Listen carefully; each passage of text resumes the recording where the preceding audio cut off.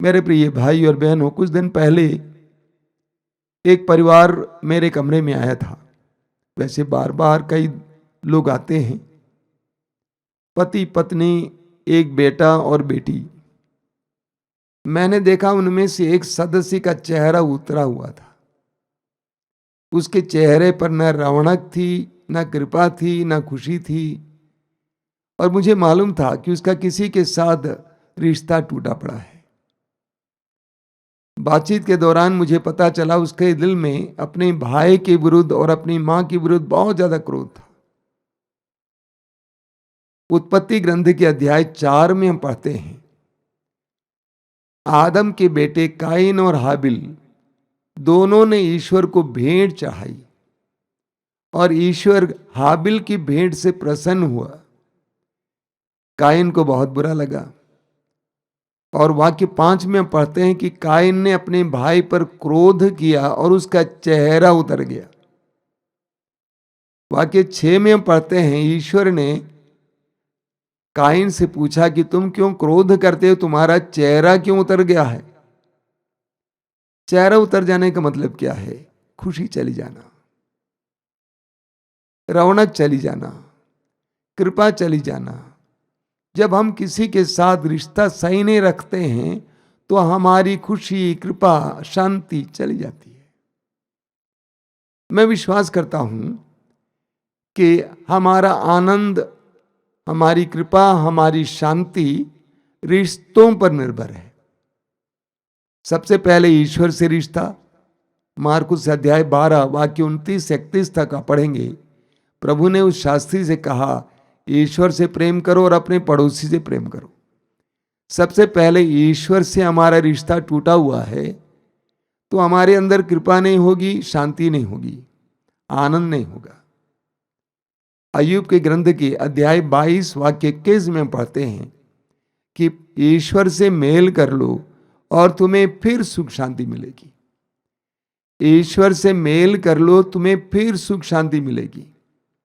लेकिन ईश्वर से मेल करना भी काफी नहीं है, उतना ही काफी नहीं है।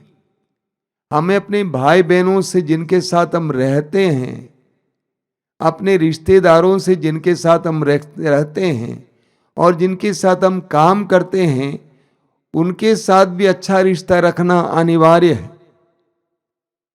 रिश्ते टूट गए, हम भी टूट गए, ये सच्चाई है। रिश्ते टूट गए और हम भी टूट गए। मैं एक छोटा सा उदाहरण देता हूं, सूरज और चंद्रमा का उदाहरण।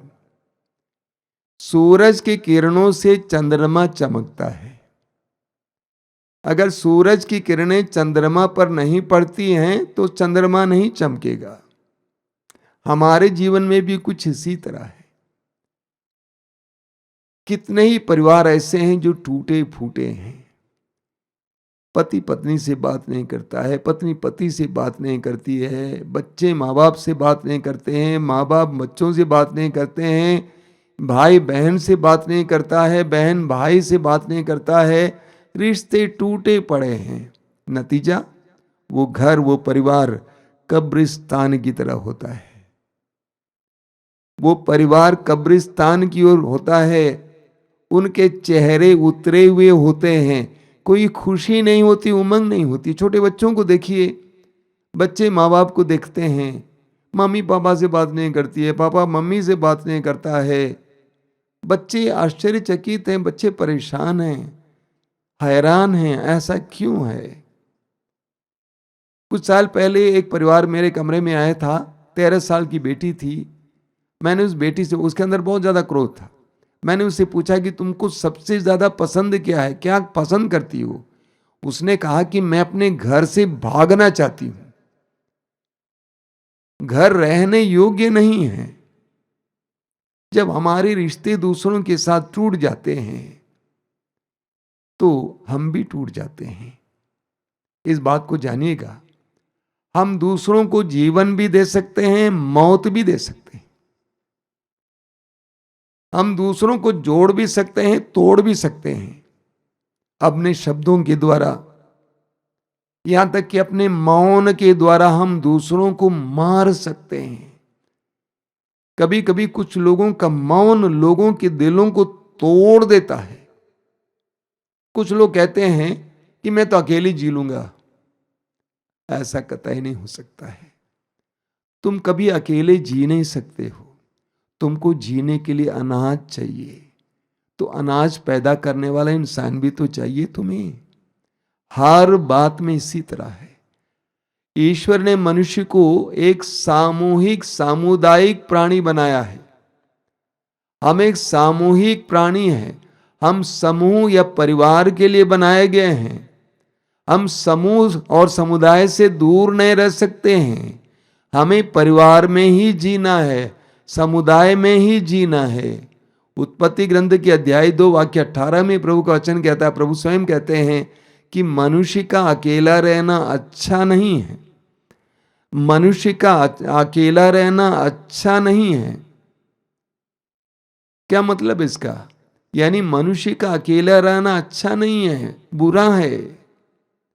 उससे मनुष्य को कोई लाभ नहीं होता है। मनुष्य जितना सामुदायिक होता है, जितना सामाजिक होता है, उतना ज्यादा उसके अंदर आनंद आता है। प्रभु ने मुझे एक बहुत बड़ा वरदान दिया है जीवन में। इसके लिए मैं प्रभु को धन्यवाद देता हूं कि मैं सब कुछ क्षमा कर पाता हूं। इसलिए मेरे अंदर बंधन नहीं है, मैं स्वतंत्र हूं। हर रोज मेरे अंदर ताजा आनंद है, ताजा आनंद है। देखिए, हमें सुसमाचार में एक बहुत सुंदर उदाहरण मिलता है। माता मरियम को स्वर्गदूत ने यह संदेश दिया कि वो मुक्तिदाता की मां बनने वाली है, और वो पवित्र आत्मा से भर गई। पवित्र आत्मा से भरकर वो एलिजबेथ के घर गई। मां ने, मरियम ने दूर से ही एलिजबेथ का अभिवादन किया, और उनके अभिवादन की आवाज सुनते ही एलिजबेथ पवित्र आत्मा से भर जाती हैं और आनंद के मारे उछल पड़ती हैं, और उनके गर्भ में जो बच्चा था वो भी उछल पड़ता है। हमें एक दूसरे के लिए प्रकाश का माध्यम बनना चाहिए। हमें एक दूसरे के लिए आनंद का माध्यम बनना चाहिए। हमें एक दूसरे के लिए कृपा का माध्यम बनना चाहिए। हमें देखकर, हमसे बातें कर लोगों को आनंद और कृपा का एहसास होना चाहिए। जैसे चंद्रमा को सूरज की किरणों से प्रकाश मिलता है, उसी तरह। लेकिन ये तभी संभव है जब हम दूसरों को क्षमा करेंगे।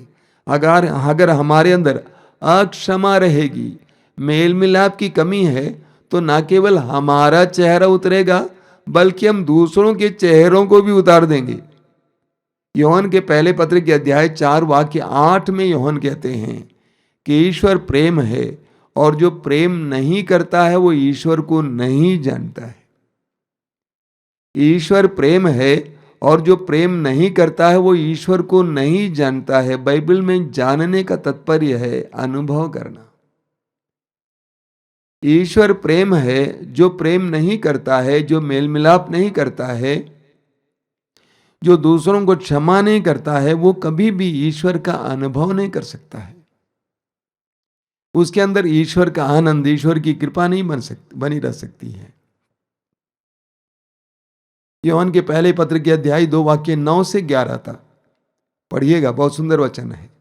यूहन्ना कहते हैं, जो कहता है कि मैं ईश्वर से प्रेम करता हूं, अपने भाई से बैर करता है, वो अंधकार में है। वो अंधकार में है और उसे नहीं मालूम वो क्या कर रहा है। उसके ऊपर अंधेरा छाया हुआ है। और जितना हम एक दूसरे को माफ करेंगे, क्षमा करेंगे, प्रेम करेंगे, उतना हमारे अंदर प्रकाश देखने को मिलेगा। प्रवक्ता ग्रंथ के अध्याय 28 उसके वाक्य 2 से 6 तक वचन में हम पढ़ते हैं कि अगर हम मनुष्य होते हुए एक दूसरे को क्षमा नहीं करते हैं, तो ईश्वर से हम क्षमा की अपेक्षा कैसे कर सकते हैं? अगर हम मनुष्य होते हुए दूसरों को क्षमा नहीं करते, हम पापी हैं, दुर्बल हैं, कमजोर हैं। हम एक दूसरे को क्षमा नहीं करते हैं, तो ईश्वर से कैसे हम क्षमा की अपेक्षा कर सकते हैं? ईश्वर प्रेम जरूर है, लेकिन उस क्षमा और प्रेम के लिए हमें लायक होना भी जरूरी है। मत्ती के समाचार के अध्याय 6 उसके वाक्य 14 और 15 में प्रभु कहते हैं, बहुत सुंदर वचन है। प्रभु कहते हैं यदि तुम दूसरों के अपराध क्षमा करोगे तो तुम्हारा स्वर्गीय पिता भी तुम्हें क्षमा करेगा, परंतु यदि तुम दूसरों की को क्षमा नहीं करोगे तो तुम्हारा पिता भी तुम्हारे अपराध क्षमा नहीं करेगा। प्रभु कहते हैं कि अगर तुम दूसरों को क्षमा नहीं करोगे तो तुम्हारा स्वर्गीय पिता भी तुम्हें क्षमा नहीं करेगा। जब हमारे पाप क्षम्य नहीं होते हैं, हमें हमारे पापों के लिए क्षमा नहीं मिलती है, तो क्या होगा? हम अपने पाप को ढोएंगे और वो हमारे चेहरे पे दिखाई देगा। हम अपने दोष को ढोएंगे, हमारे दोष भावना होगी, हम परेशान हो जाएंगे। लेकिन जितना हम दूसरों को क्षमा करेंगे उतना हमारे अंदर क्षमा का अनुभव होगा। लूकास के सुसमाचार के अध्याय 6 उसके वाक्य 37 और 38 पढ़िएगा। प्रभु यीशु कहते हैं 2 और तुम्हें भी दिया जाएगा, 2 और तुम्हें भी दिया जाएगा। कितना दिया जाएगा? हिला हिला कर, दबा दबा कर तुम्हारी गोद में डाल दिया जाएगा। 2। मेरे प्रिय भाई और बहनों, जीवन जीने के लिए जीने की कला सीखने की जरूरत है, और जीने की कला का रहस्य है प्रेम, क्षमा। जीवन जीने के लिए इस कला को, इस रहस्य को जानना जरूरी है। हम जिस नाप से देंगे उसी नाप से हमें मिलेगा। देना सीखिए, लेना सीखिए। कई लोग सिर्फ लेना ही चाहते हैं, देना भी तो सीखिए। प्रेम दीजिए, क्षमा दीजिए, प्रेम लीजिए, क्षमा लीजिए। एफेसियों के पत्र के अध्याय 4 उसके वाक्य 26 और 27 में संत पौलुस हमें याद दिलाते हैं, यदि आप क्रुद्ध हो जाएं तो इस कारण पाप ना करें। सूरज के डूबने से पहले ही अपने आप को शांत कर लें। शैतान को अवसर नहीं देना चाहिए। जब हम अपने हृदय में क्रोध को बनाए रखते हैं और उस क्रोध में सूरज को डूबने देते हैं, यानी एक दिन भी अगर आप अपने दिल में क्रोध बनाए रखते हैं तो आप अपने जीवन में शैतान को अवसर दे रहे हैं। आप अपने हृदय में शैतान के लिए आसन बिछा रहे हैं और शैतान आपके जीवन में कार्य करेगा। शैतान की अक्षमा, घृणा, अशांति, बेचैनी सब आपके जीवन में देखने को मिलेगा। मेरे प्रिय भाई और बहनों, हमारी प्रार्थना ही काफी नहीं है।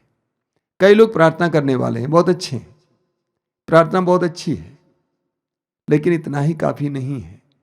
हमें इस्यास नबी के ग्रंथ के अध्याय 1 उसके वाक्य 15 में पढ़ने को मिलता है, जब तुम प्रार्थना करोगे, अपने हाथ फैलाओगे, मैं अपनी आंखें बंद कर लूंगा, मैं दूसरी तरफ देख लूंगा, और तुम लंबी लंबी और ऊंची आवाज में प्रार्थना करोगे, मेरे कान तुम्हें नहीं सुनेंगे। क्यों? क्योंकि तुम्हारे हाथ रक्त से रंगे हुए हैं। स्नान करो, शुद्ध हो जाओ, अपने हाथों को शुद्ध करो, तब तुम आकर भेंट चढ़ाओ, तब तुम्हारी भेंट स्वीकार्य होगी। कुछ साल पहले मुंबई में कार्यक्रम चल रहा था और मैं जहां कहीं भी जाता था उस समय अपने प्रवचनों की वीडियो सीडीज ले जाता था और उसको उस जगह पे उस ऑफिस में रखा था। ऑफिस में जो बहन रहती थी, मैंने उससे कहा कि ऐसा इसको बेचना और पैसा मुझे दे देना।